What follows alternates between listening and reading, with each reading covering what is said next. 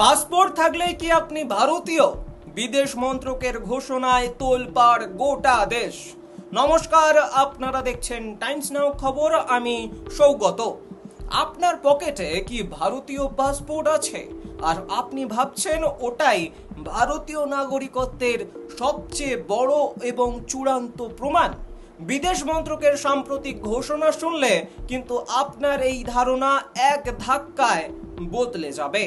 24শে June 14তম passport সেবা দিবস উপলক্ষে জারি করা এক বিবৃতিতে কেন্দ্র স্পষ্ট জানিয়েছে এবং একেবারে চোখে আঙুল দিয়ে বুঝিয়ে দিয়েছে, পাসপোর্ট কোনোভাবেই আপনার নাগরিকত্বের চূড়ান্ত প্রমাণ নয়।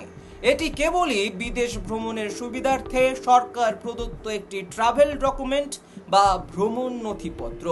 কেন্দ্রের এই মন্তব্যের পর দেশ জুড়ে নতুন বিতর্ক শুরু হয়েছে। প্রশ্ন উঠছে, পাসপোর্ট যদি নাগরিকত্বের প্রমাণ না হয় তবে কোন নথি দেখে প্রমাণ হবে আপনি ভারতীয়? আধার নাকি ভোটার কার্ড? আসল সত্যিটা ঠিক কি? আসুন আগামী কয়েক মিনিটে এই আইনি ধোঁয়াশা একদম পরিষ্কার করে নেওয়া যাক। খবরের ভেতরের খবরটা কি সেটা আপনাদের জানাই। বিদেশ মন্ত্রক জানাচ্ছে, যদিও পাসপোর্ট শুধুমাত্র ভারতীয় নাগরিকদেরই দেওয়া হয়, তবুও আইনি পরিভাষায় একে নাগরিকত্বের চূড়ান্ত বা অবিসংবাদিত প্রমাণ হিসেবে গণ্য করা যায় না। আন্তর্জাতিক সীমানা পারাপার করা সহজ করাই এর মূল কাজ। এই ঘোষণার পর সবচেয়ে বড় ধাক্কা লেগেছে সোশ্যাল ইমপ্যাক্ট অ্যাসেসমেন্ট এবং এসআইআর এর ক্ষেত্রে, কারণ সম্প্রতি এসআইআর এর নির্দেশিকাতেও পাসপোর্টকে নাগরিকত্ব প্রমাণের অন্যতম প্রধান নথি হিসেবে তালিকাভুক্ত করা হয়েছিল। কিন্তু কেন্দ্রের এই নতুন অনমনীয় অবস্থানের পর হঠাৎ কেন তার তালিকা থেকে বাদ গেল তা নিয়েই এখন আমজনতার মনে বড়সড় প্রশ্ন চিহ্ন তৈরি হয়েছে। তাহলে আমাদের কাছে থাকা বাকি নথিগুলোর আইনি মূল্য কতটুকু? প্রথমে আসা যাক আধার কার্ডের কথায়। চলতি বছরের শুরুতেই দেশের সর্বোচ্চ আদালত অর্থাৎ সুপ্রিম কোর্ট পরিষ্কার জানিয়ে দিয়েছে যে আধার কার্ড কোনোভাবেই নাগরিকত্বের প্রমাণ নয়। এটি শুধু একটি 12 অঙ্কের সচিত্র অনন্য পরিচয়পত্র এবং বায়োমেট্রিক আইডি মাত্র। এবার ভাবছেন ভোটার আইডি কার্ডের কথা? আইন অনুযায়ী ভোটার কার্ডকেও নাগরিকত্বের চূড়ান্ত প্রমাণ হিসেবে 100% গ্রাহ্য করা হয় না। এটি মূলত একজন ব্যক্তির পরিচয়, বাসস্থান এবং ভারতে ভোটাধিকার প্রমাণ বা প্রয়োগ করার জন্য এই আইনি অধিকার মাত্র। অর্থাৎ ভোটার কার্ড শুধুমাত্র ভোটাধিকার দেয়, আপনার নাগরিকত্ব দেয় না। তাহলে প্রশ্ন থেকেই যাচ্ছে, চূড়ান্ত প্রমাণটি আসলে কি?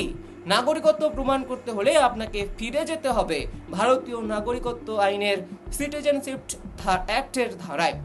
জন্মসূত্রে নাগরিকত্বের ক্ষেত্রে আইনে 3টি নির্দিষ্ট সময়কাল বেঁধে দেওয়া হয়েছে, যা অত্যন্ত জরুরি।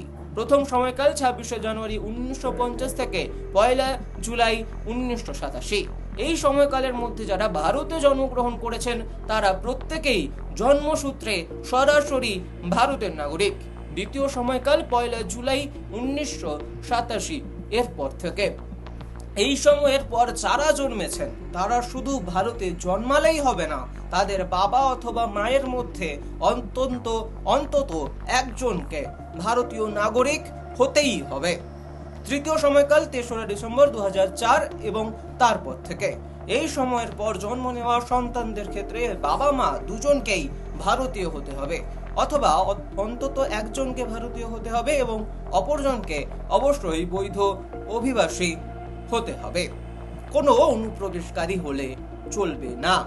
মোদ্দা কথা হলো, পাসপোর্ট বা আধার কার্ডের মতো আধুনিক নথিগুলো আপনার পরিচয় বা ভ্রমণের অধিকার দিলেও আইনি লড়াইয়ের ক্ষেত্রে নাগরিকত্বের আসল ভিত্তি দাঁড়িয়ে রয়েছে বা লুকিয়ে রয়েছে আপনার জন্ম শংসাপত্র বা সার্টিফিকেট এবং আপনার পূর্বপুরুষদের এই দেশের মাটিতে থাকার আইনি প্রমাণের ওপর।